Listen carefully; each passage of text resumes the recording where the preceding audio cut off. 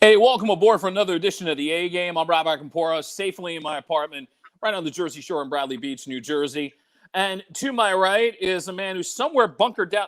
You know what? I've lost track. Are you living in Delaware or Philadelphia or somewhere in the middle? I'm everywhere. Yeah, just wherever I end up. I don't even Right know what now, house this is. Yeah. I just walk into houses. I'm like, hi, I'm just going to, I need your laptop. So in a random living room somewhere in the Delaware Valley, Until the cop comes, yeah. Right.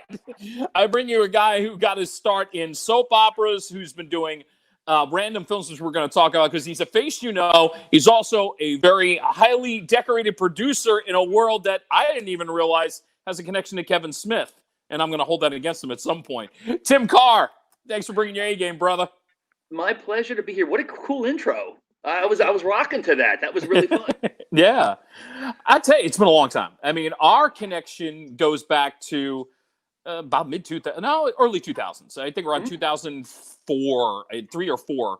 You're promoting a movie. I'm doing nights on a radio station called WSTW, which is heard throughout the Delaware Valley. You stop in. You bring in your buddy JJ.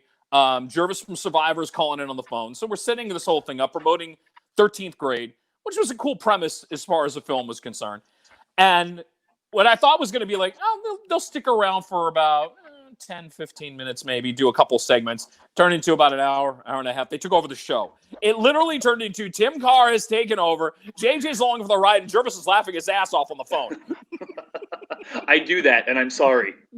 We were like playing Kelly Clarkson. I'm like, let's play. Yeah, we were playing Kelly Clarkson, as a matter of fact. We were playing Kelly Clarkson deep cuts. Like when people were like, what am I listening to? I'm like, this isn't Miss Independent. It was one of those. We go deep here on WSDW. It was weird because I was lucky at that point to have a program director who basically said, "We're struggling at night. Here, do what you want. Just if you cross the line, I'll tell you." And I'm thinking that night was the night I'm thinking, I just crossed the line. My boss is going to call me. This is it. It's over. You didn't get into trouble that night, did you? No, amazingly, he was like, he said flat out, and I give a credit to both Mike Rossi and John Wilson, who I hope are watching this podcast, who were my bosses at WSCW. They even said, really entertaining. You may want to tone it down. That's all they said. You may want to tone it down a little bit. They knew me better than that. They knew my personality. So it's like, forget it. You're getting people who are like me on the same show. Oh, forget it. Forget it. John Wilson was the first famous person I ever met. Do you remember in the 80s, there was this thing, and I don't know why. I think it was it was humanity. Hands Across America? Yes. Everybody did that? Yeah. Which is really, like, that would so not happen right now. Like, everyone touching hands all across America. It'd be a nice thing right now, I would think, but I understand what you're saying. Everyone yes. would get, with a pandemic going on. That yeah. But anyway, John Wilson, I think, before we did that, it was like the Hooters were playing. And John Wilson was around, and John Wilson's got that classic voice. He does. And you just knew it. You signed my Hands Across America T-shirt. That was a big day, man. That was a big day in my 7-year-old life. And that's the thing. When you're growing up and you're listening to local radio, and it was the same way with me. You look at these people like they were celebrities, and then you realize as you get to an adult, no, we're just a bunch of dumb schmucks. That's all we are, really. You're not giving yourself enough credit, and I think the Delaware Valley was lucky to have you. Your voice is always so warm and inviting, and you blessed everyone's airwaves for a very, very long time. Yeah. And the funny thing is, I need to know that everyone at home knows that Rob sounds like this. That's his voice. Yeah, I'm kind of cursed. This is it. When they think us radio folks, they just think we wake up and we're like, and it's the Drive at 5. No, that's how you talk. Yeah, I can't help that. You've got that warm, inviting voice, and that's the reason why you've been so successful for 20 years, and you'll be successful for another 20, 25 years. From your lips. I'm always excited to see you doing great things like this. This is awesome. And I'm proud to be here, man. Thanks for having me. And I'm sorry I took over your show. Yeah. Again. Well, it's funny. You're talking about 20 years. Okay, let's go back 20 years now, because this is where you kind of first came into being. I mean, I know you had some things before this, but it was the time of the soap operas. And even in the early 2000s, it may not have been as popular, but it still had a lot of juice going on. So here you are. You're introduced as Colton on All My Children. And you're playing opposite. And this is bizarre because Jesse McCartney recently got a lot of attention being on the Fox series of The Masked Singer. So it's kind of interesting to he look was back. on that. Yeah, he was on that. Oh, you didn't realize Jesse. that? Yeah. So I'm looking at it now going, wow, okay. So you didn't, I mean, obviously you didn't know that Jesse McCartney was about to turn into the pop star at that point. So he was. Oh, he was a pop star. He was in a boy band at that time, and I wish I knew the boy band's name, but it was like I want to say Frown Town, but that's not right. That'd be a great name for a boy band, though. There was O Town, but I mean, I don't think it wasn't O Town. It wasn't Dream Street either. It was called Dream Street. Oh God, I forgot all about them. Score the basket. You get the 3-pointer for that one. I don't know if I should get a 3-pointer for that one. He was in Dream Street and filming All My Children. So he would be doing scenes with me where basically my whole thing was, my job was basically just to pick on him. Like, that was my job. And so like Jesse would do something and we'd be like, phew. That was basically my entire and then he would leave early because he had to go open for like LFO. Oh, okay, somewhere. yeah, right. Because the band, he was boy banding it and working with me. Mm-hmm. And then this is funny. Then Jesse did the soap opera thing where you're like 12 one day and 48 the next day. Yes, it's true. So he went off, and I'm still on the show playing the same character. Okay, so what that's about to say. What are they going to do with Colton? Yeah. So what happens with Colton? Does he get a storyline? They did what anybody did, is they stuck me in the Pine Valley Prom. Where I was dating, I had an on-screen girlfriend, and she was blonde, and they're all doing really well. Josh Duhamel, we were doing scenes with Josh Duhamel. Wow. And it was, I got to tell you, soap operas have the best schedule. Mm-hmm. Like, you're in New York City, you're done filming by like 2 p.m, and then you have the whole day to yourself. I've got no qualms with my soap opera days. Those were really cool. I didn't get any Emmys or anything. That was Susan Lucci's thing. Right. And when you got the Queen of Daytime, like in the makeup room, like two chairs over, you're always trying to make her laugh. And I failed every single time, but damn it, I tried.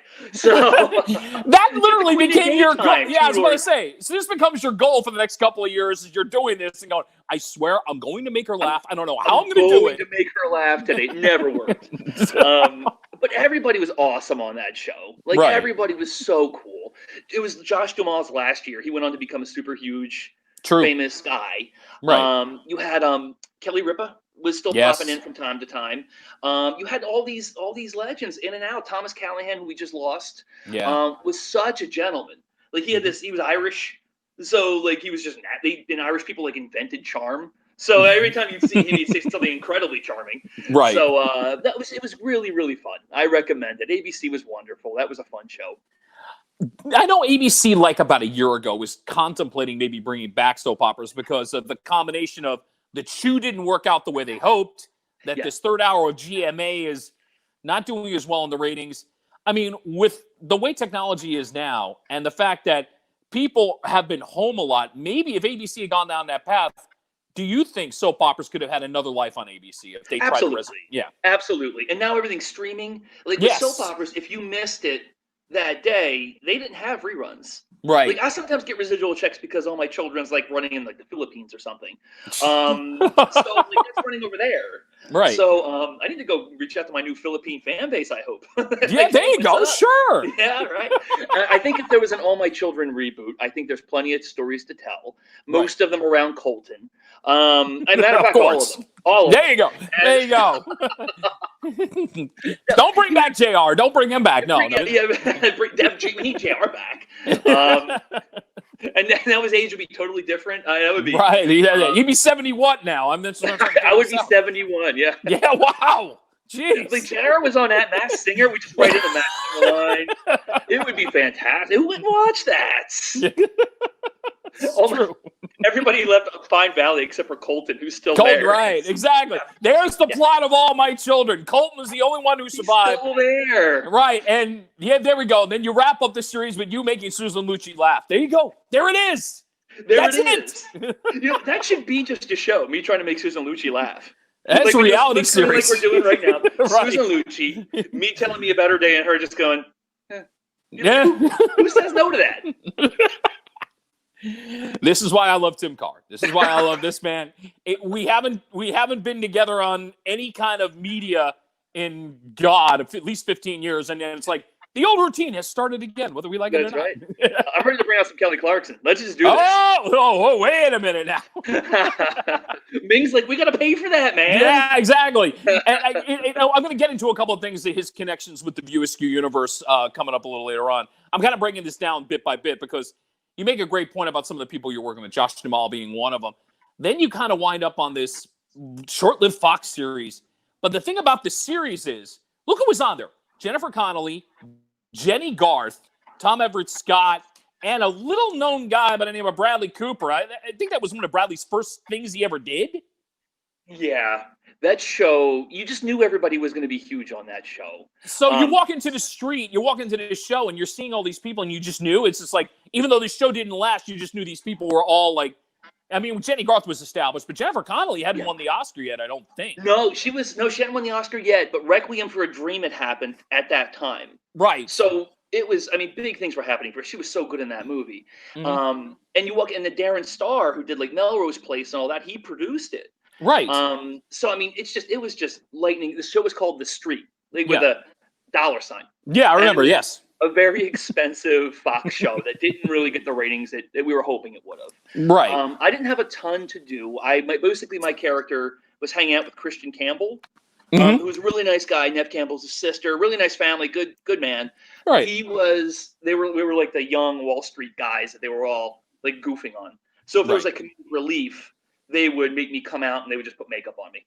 Like I don't know. So it was such a cool cast. And here's something on that show. We realized, I don't know how we realized, but Tom Everett Scott and I have the exact same hands. So you guys had too much time in your hands, so you're figuring this out, man. Looking at that. We have a callus in the same spot, and like we're both nail biters. So they realized that Tom Everett Scott could go home early, and any scene where Tom is like grabbing something was going to be doing it. Oh God! So Tom gets to roll.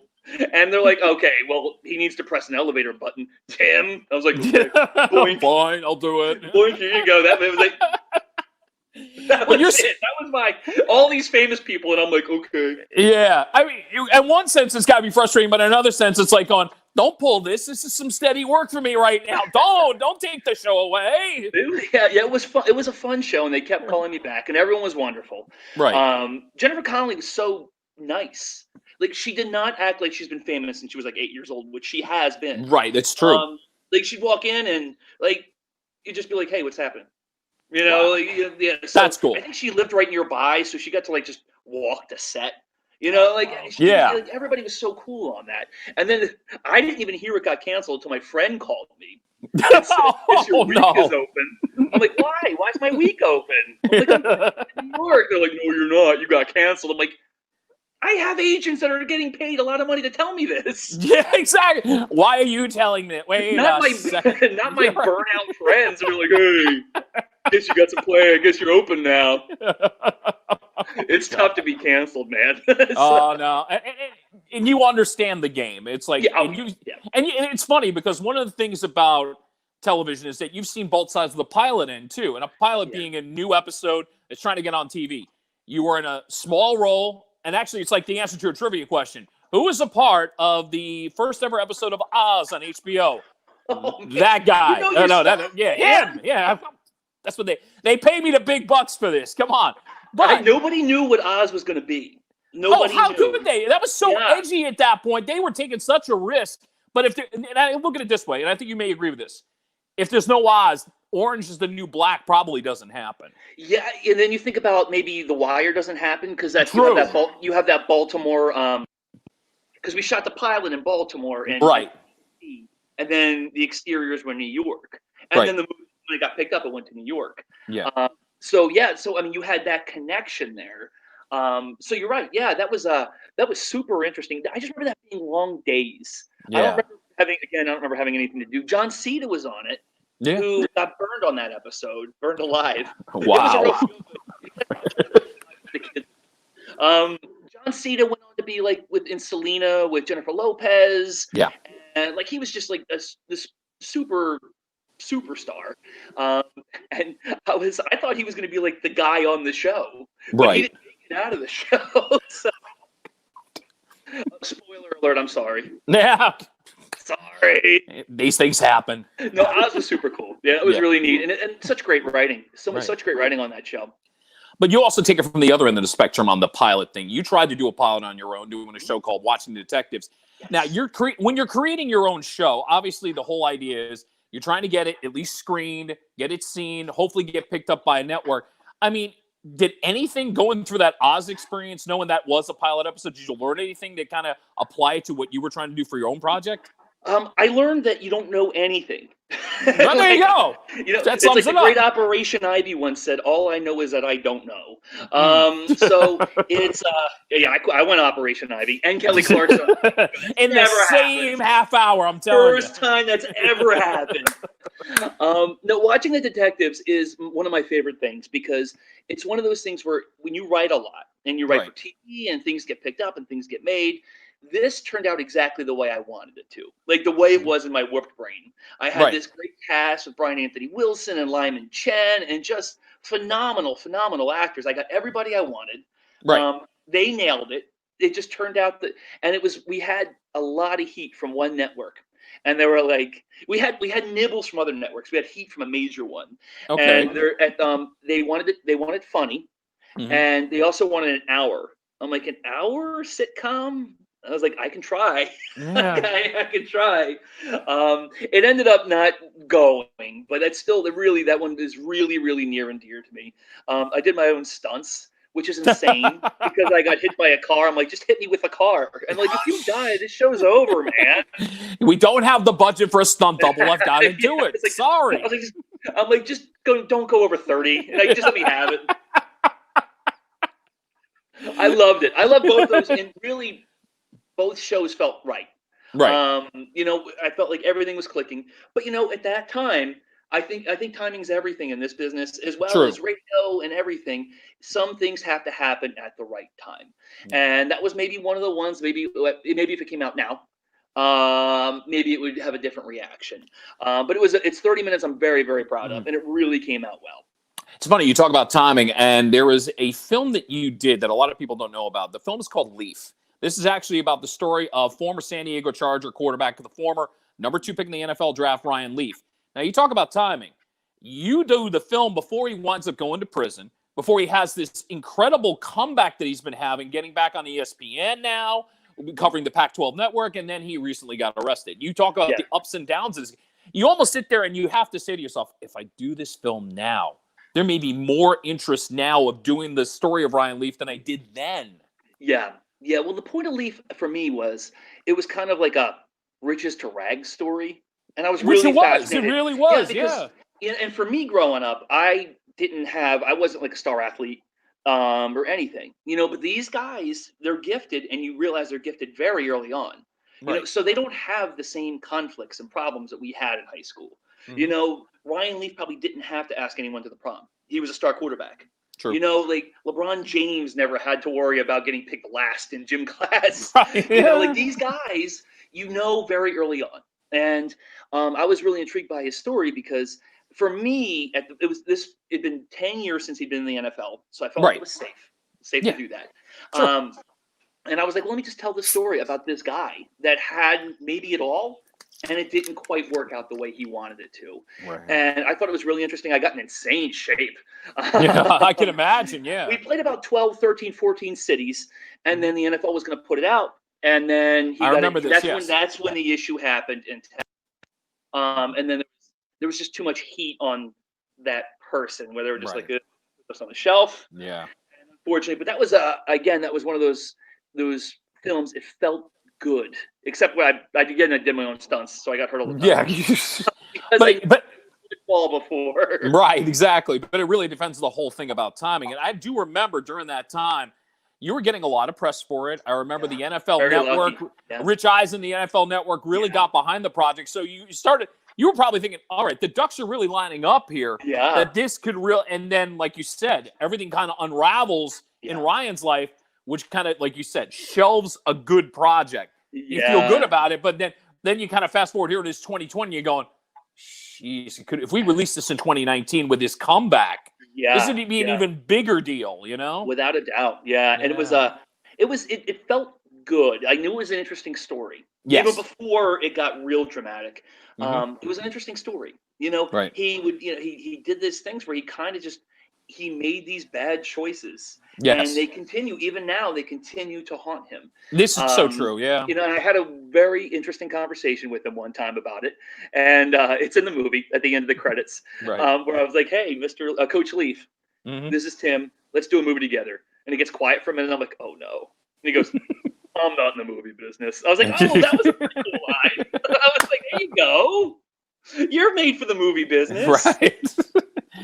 And then ironically, how many years later, and you're probably sitting there going, I helped him become the television guy that he's become on ESPN now. Right. And know what was crazy?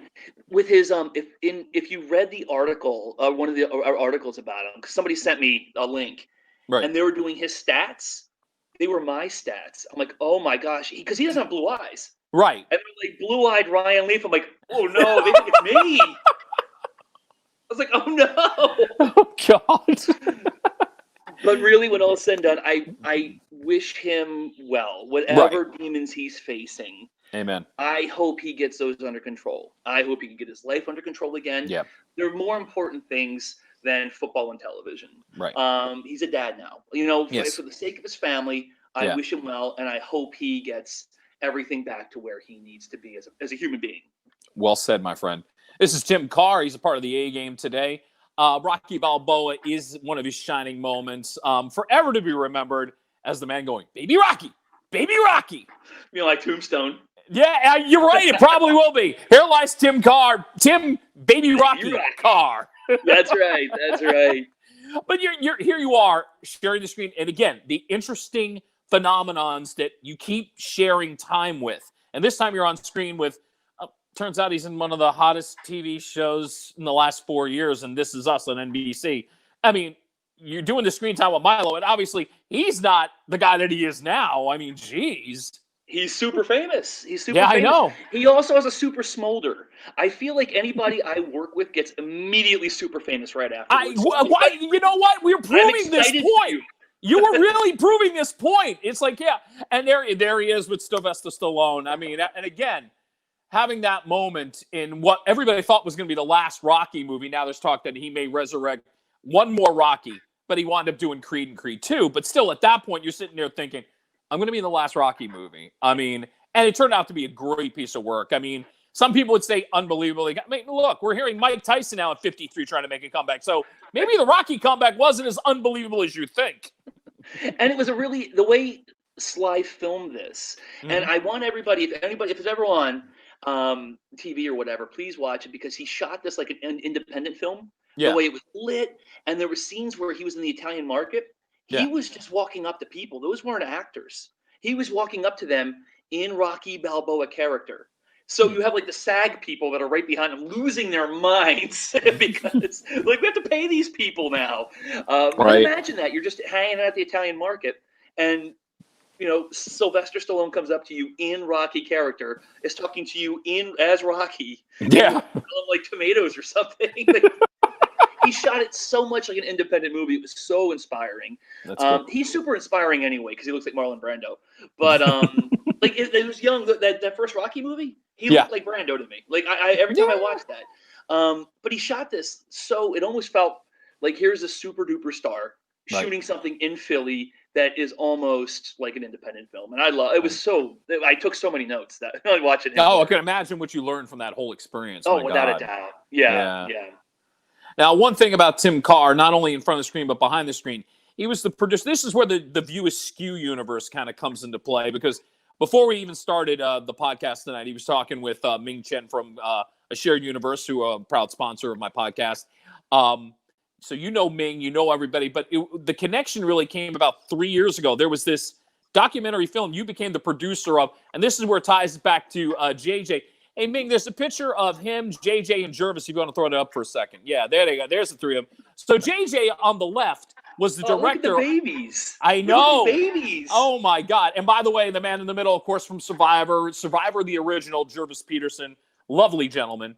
Film Hawk was the project that you produced. JJ directed it, and it was an interesting documentary. So this is where you really got involved with some of the characters, or I should say the players from the universe of USQ, because Kevin Smith makes an appearance. Brian O'Halloran, Dante from Clerks has made an appearance. You also have actor Ben Affleck making an appearance. I mean, again, probably another educational moment as a producer to kind of look at all this and go, we want to make sure that we get this story right, because that's the key to a documentary film.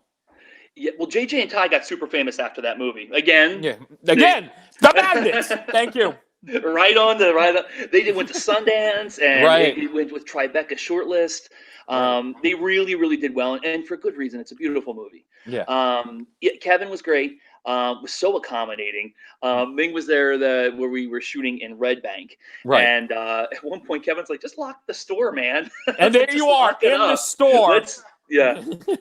It was great. What a wonderful, warm human being, and everybody was there.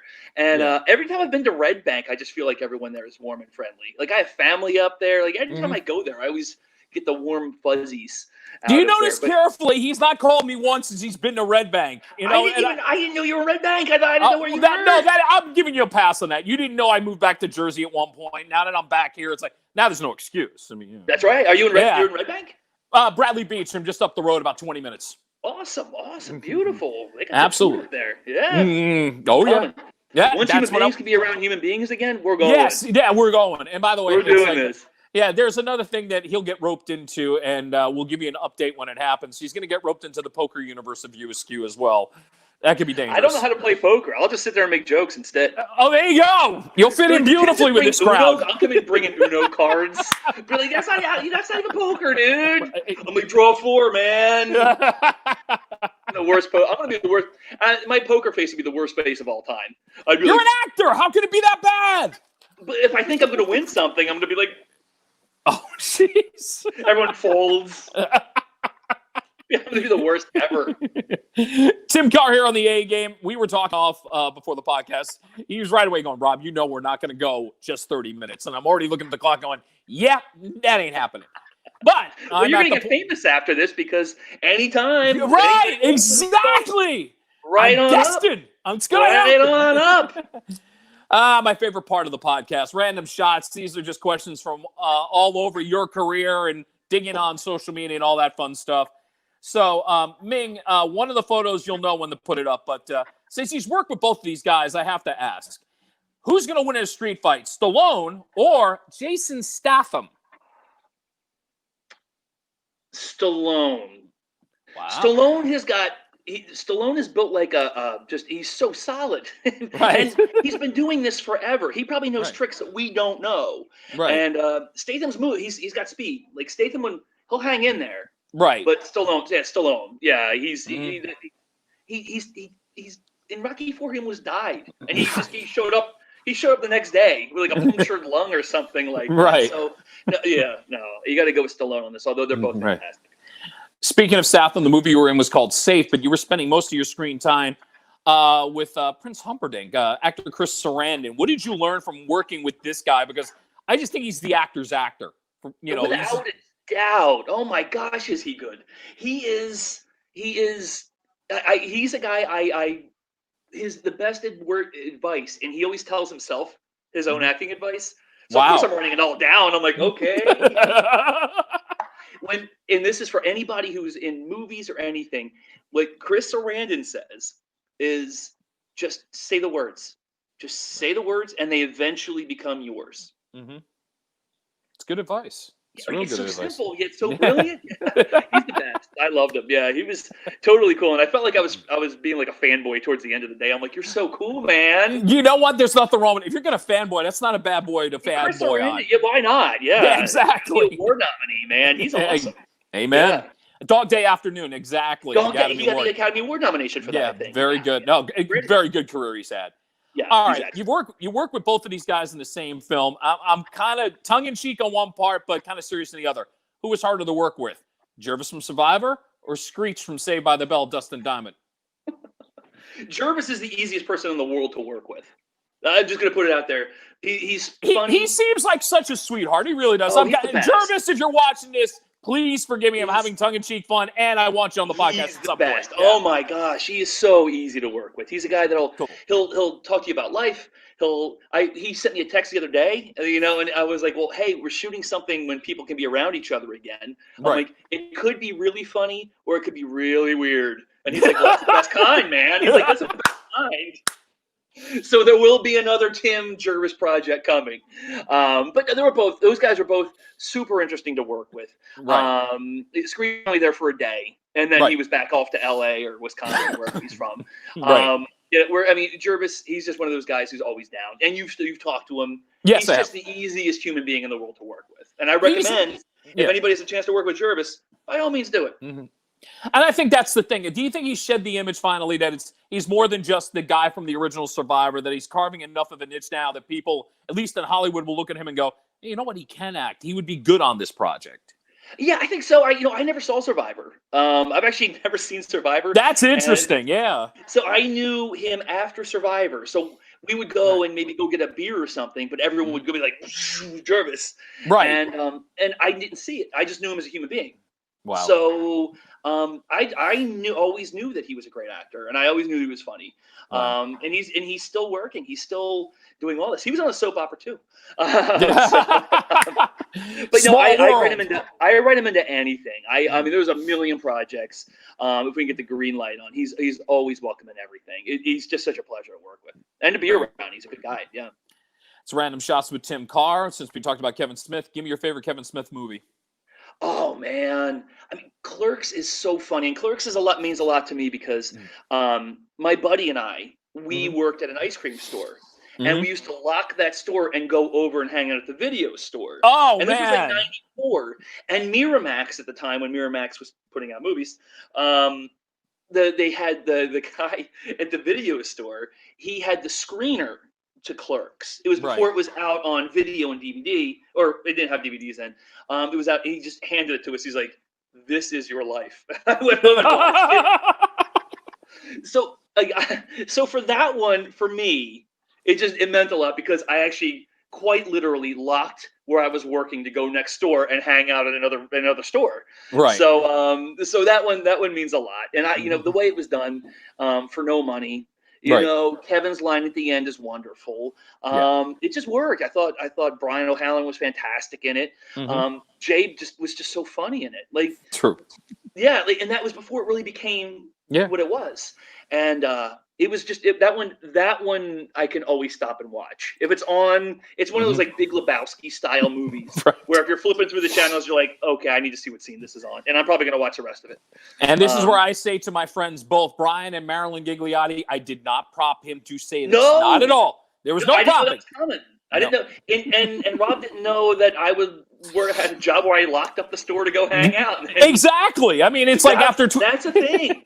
We did that in the burbs. So. Knowing the guy on and off for 15 years, and it's like going, wait a minute, I just discovered something about him today. That's always a good thing. That one's near and dear. I really like that one. Okay, proof that I always do my homework. Two more. This one is a true or false question.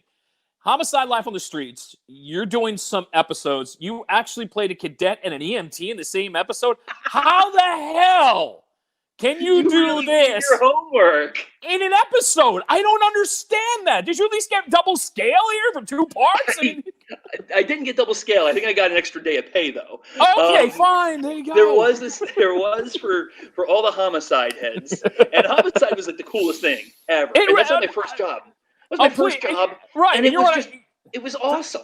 Forgive me, you're on a show with Andre Braugher, who won an Emmy for that show. I mean, come on. Melissa Leo was on that thing. Academy Award winner. Yeah. Like they were. It was. That was my first job. I thought everything was going to be that easy. Sure. You had Clark Johnson on it. You had just a million great actors. Yaphet Kotto. Another underrated guy too, by the way. And you're just walking in, and they're all just there. Daniel Baldwin's just visiting, because he left the show the year before. Right. And then he was like, hey, man, you remind me of my brother. And then I walked away. I'm like, which Baldwin? Which one? Which one do I remind him of?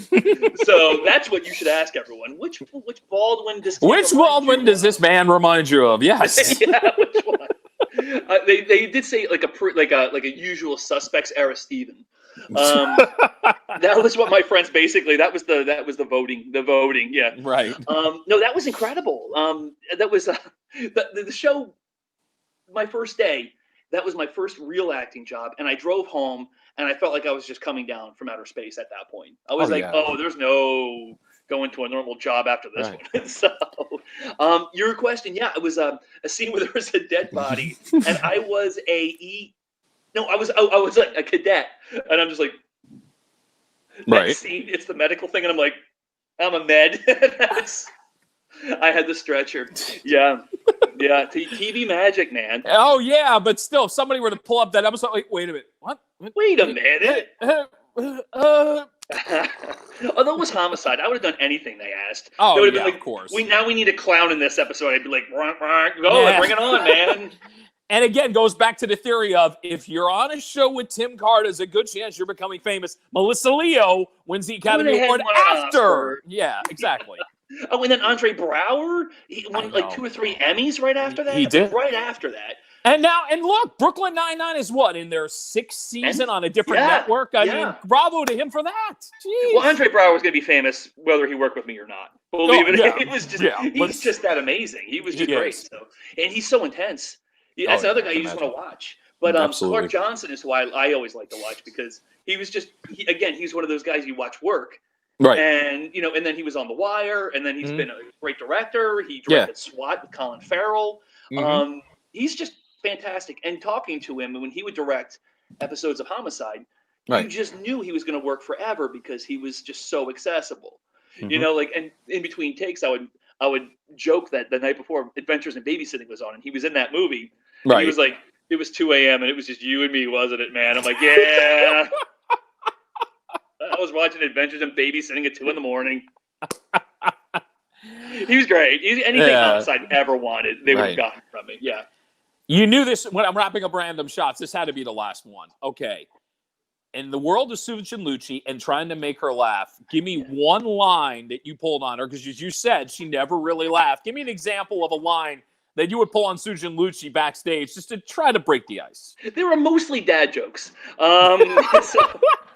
So it would be things like, how's your day? I'm like, well, I'm just $1 million short of being a millionaire. Just like dumb stuff. Like, she would never crack a smile. Right. And she didn't need to. Those are terrible jokes. So, this is Big Mac. Hey, Big Mac, welcome to the show. Big Mac right here. Yeah. And there goes Big Mac. And there goes Big Mac. He just came in to say hello. He's a big Ming fan. I love that. I'm getting ready to wrap up, though. You just did a short film about giving blood. Talk about that for a second. This is a really good message there. Oh, well, thank you. Thank you for talking about that. Yeah. Being that right now everything's been shut down in this business, I found myself, there's a lot of stuff. I'm always have a camera of some kind on me, and I'm always trying to film something. I know, after we've had a great talk, I know I'm very lucky. Not as lucky as the people I work with, because they all get real famous after me. Yeah, of course. No, I know I'm lucky. I know it. And so I always try to give back as much as possible. I don't have one specific charity or anything that I try to give back to all of it.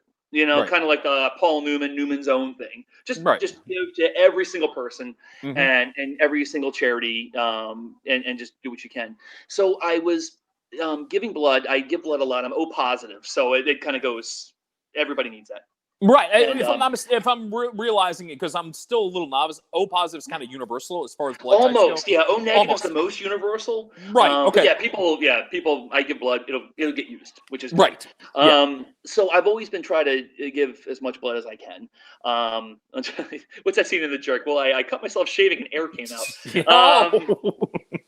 But Susan Lucci would not have laughed at that. No, Thank you, chance. Rob. Not a chance. You're welcome. So I was doing, it was a Monday, and it just happened to be last August where there was 2 mass shootings in 24 hours. Wow, yeah. There was Dayton, and then there was one in Texas. Right. And that's where I was like, well, let me tell the story, because it's always kind of one of those things where people are like, well, how do I do it? How do I give? How do I whatever? Right. It's a really good point. Not everybody really understands the process, even though it's such a neat thing and we hear about it all the time. Yeah. Not everybody kind of gets the message somehow for whatever reason. And I'm the first to admit sometimes I'm lax about it. So I think it's a great message. totally normal. It's totally Yeah. normal to feel that way because you're like, well, I don't want to go in. They're just needle in the arm, and it's a process. Yeah. But I was there, Hmm. and I what I did is I brought the film in, and what I did is we ended up the documentary kind of went back and forth. This is Right. what happened this weekend. This is where we are now. This is how Yeah. they deal with it. This is what happens after a mass shooting and a blood bank. Right. And that was something that something very good just happened to it. So it might actually be going out to a bigger audience soon. Very cool. So I'm very thankful for that. Yeah, that was something I wanted to shoot. And I've done a couple smaller documentaries like that Hmm. just to kind of show, hey, this is a crazy world right now. Like Right. this is a volatile, wild time. Let's just show something that shows that we can all be together. We can all feel connected through doing good deeds for others, or there's something that we can be a part of that makes this just a little more bearable in this world, especially times like now, which it feels very volatile, Yeah, it and does. something where everyone can kind of feel like they're together. Even though this 40 minutes or so has been an escape, I think it's a great note to go out on and to kind of bring out the point. The name of the short film again is, by the way? It's called August. Mhm. August. Yeah.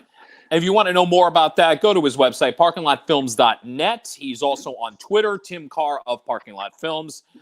He's dabbling in a lot of different things. And as a matter of fact, when the pandemic releases, will you be back in New York? I know you've been trying to do some comedy as well, some stand-up. So Yeah, well, it's my summer job. Is going to New York and acting like an idiot. So I've been so lucky the last 4 or 5 years to be in New York, working with some of the funniest people in the world, which has been Upright Citizens Brigade, and those people are so funny and they're so great that you go there and you just have the best time ever, and you can't believe that you're actually among these funny people. And so every summer it's kind of been my thing. But Upright is no more after the pandemic. Yeah. So it's going to be I'll be in New York. I'll be goofing off once we can kind of goof off. I'll just come to everybody's house, whatever, man. You're coming down here. We're way overdue to spend some time together. No Absolutely. doubt about that. No, I'm happy to do it. It'll be an honor to see everybody in North Jersey. Absolutely. Tim Carr, thank you so much for doing this. I appreciate it, my friend. And this is another edition of the A Game. We'll do it again next week, Monday, 7 o'clock Eastern Standard Time. Be watching on Facebook to find out who the next guest is. Follow me at the A Game with Rob Acampora on Facebook. Also follow A Shared Universe. Until next time, hey, peace, love, take care. Thanks again, Tim. Thank you.